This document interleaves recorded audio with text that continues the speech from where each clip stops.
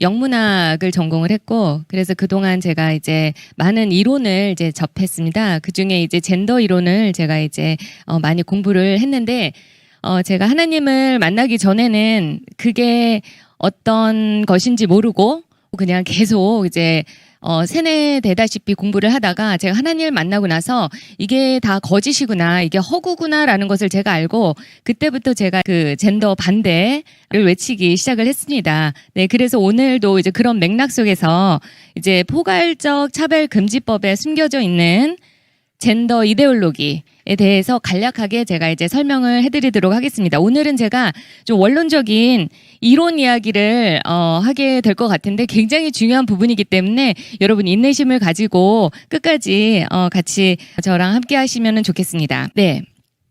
일단 그동안 여러분이 이제 들어서 아시겠지만 지금 포괄적 차별금지법에 굉장히 지금 독서 조항이 바로 이 두 가지 용어입니다. 성별 정체성과 성적 지향. 근데 이런 용어들은 결국은 성별, 젠더라는 어떤 개념의 기반으로 한 용어인데 이 용어들에 대한 이제 설명을 제가 오늘 해보도록 하겠습니다. 이렇게 정의가 옆에 나와 있지만 아무리 저희 기본 일반 상식으로는 좀 이해가 되지 않는 그런 정의를 여기다가 해놓고 있는데 도대체 어떻게 이 지경까지 왔는지 성별 정체성에 보면은 자신이 인식하는 성별과 타인이 인식하는 성별이 불일치할 수도 있다고 하는데 어떻게 그 정체성이 불일치할 수가 있는지, 그리고 성적 지향이 어떻게 이성애와 동성애, 양성애, 동성애, 양성애까지도 이렇게 성적 끌림을 가질 수 있는지, 그게 어떻게 정의로 여기에 조항에 이렇게 들어갈 수 있는지,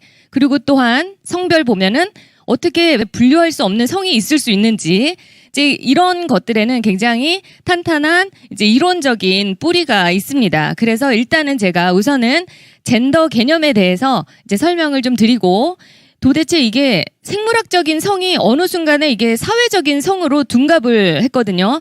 근데 그런 데에는 한 100년 정도 좀 더 거슬러 올라가야 되겠습니다. 그래서 제가 오늘 젠더 개념의 뿌리, 그리고 그게 이제 이론화돼서 현재 이데올로기화된 그 상황까지 제가 흐름을 좀 살펴보고 이제 현재 이제 일어나는 사회적 파장에 대해서 제가 좀 간략하게 설명을 드리도록 하겠습니다. 네, 일단 사회적으로 구성됐다라는 어떤 그 젠더 개념은 후기 구조주의, 1950년대 후기 구조주의부터 거슬러 올라갈 수 있습니다. 후기 구조주의는 구조주의 바로 옆에 이제 제가 조그맣게 적어놨는데 언어학을 기반으로 하는 그런 이론입니다. 그러니까 거기에서 어떻게 보면은 그 개념이 이제 만들어졌고 그걸 기반으로 포스트 모더니즘 시대가 도래합니다. 그래서 1970년대쯤부터를 저희가 포스트 모더니즘이라고 하고요. 그걸 기반으로 90년대에 본격적으로 젠더 개념이 정립이 되면서 이게 이데올로기화 되면서 현재 지금 여러분이 알고 계신 이 상황, 이 사태까지 지금 온 것입니다. 네, 이것들에 대해서 제가 이제 간략하게 이제 흐름들을 좀 더 살펴보도록 하겠습니다. 네, 일단 후기 구조주의와 구조주의는 결국은 언어의 구조를 연구하는 프랑스 철학가들을 중심으로 정립이 된 것인데요. 네, 일단 이들은 언어학을 기반으로 했다는 것입니다. 이게 굉장히 중요한 게 우리 인간은 항상 언어를 사용을 합니다. 사고를 할 때도 언어로 하고 대화를 하거나 세상을 이해하거나 나 자신을 이해할 때도 모든 것이 다 언어를 기반으로 해서 이해를 합니다. 그래서 이 구조주의 학자들을, 이 언어학자들은 언어의 구조를 통해서 인간의 사고체계를 이해할 수 있지 않겠느냐 해서 언어의 구조에 이 사람들은 이제 집중해서 연구를 하기 시작을 합니다. 네, 그래서 간략하게 구조주의 언어학 개념을 설명을 잠깐 드리면요. 여기 지금 페르디낭 드 소시르라는 이 사람이 이제 구조주의 언어학의 창시자입니다. 그 사람이 두 가지 개념을 정립을 하는데 두 가지 랑그 파롤과의 관계, 그리고 이제 2번 기호란 기표와 기의와의 조합이다라는 이 개념인데 간략하게 제가 설명을 드리겠습니다.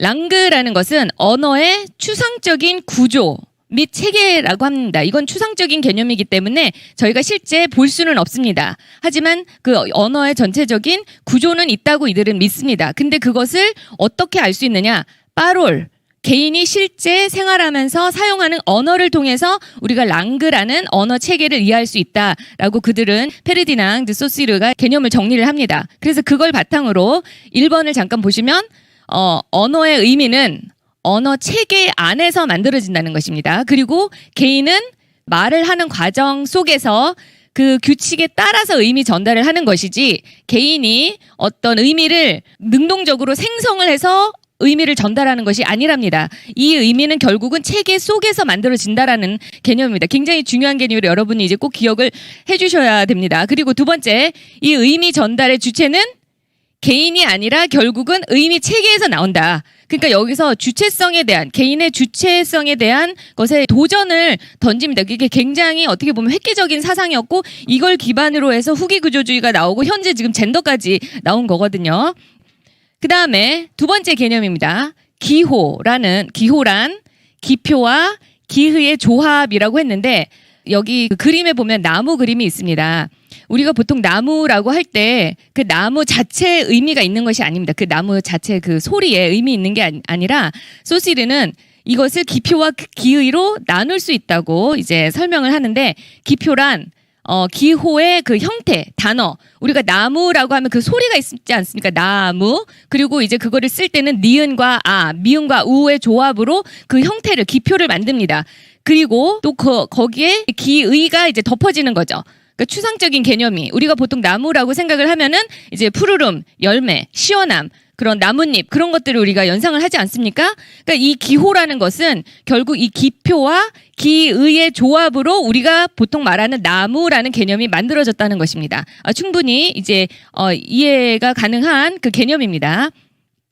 네, 그래서 구조주의 언어학자들은 다음과 같이 이렇게 조장을 합니다. 그것을 간략하게 제가 이제 정리를 했는데 1번 기호는 자의적이다라는 것입니다. 그러니까 다시 말해서 그 내재적인 의미가 있는 게 아니라 결국은 기표와 기의와의 관계. 그러니까 예를 들자면 한국에서는 그 나무라는 것을 보면서 우리는 나무라고 표시를 하지만 영어로는 기표를 tree라고 표시를 합니다. 결국 똑같은 것을 보면서 그 사회마다 그 표시하는 기표가 다른 거죠. 그러니까 결국 그 관계 자체가 굉장히 임의적이라는 것입니다. 이해가 되시죠? 굉장히 중요한 개념입니다. 여기에서든 이제 사단이 나는 것이기 때문에. 그 다음에 두 번째, 이 의미는 관계 속 차이에 의해서 생겨난다라는 게 무슨 뜻이냐면 열다라는 의미를 여러분이 알기 위해서는 관계, 그 닿다라는 그 관계 속에서 차이에서 우리가 열다라는 개념을 이해할 수 있다라는 것입니다. 네, 그리고 좋다라는 개념은 나쁘다라는 개념, 이제 그런 차이 속에서 개념을 우리가 이해를 할 수 있다라는 것입니다.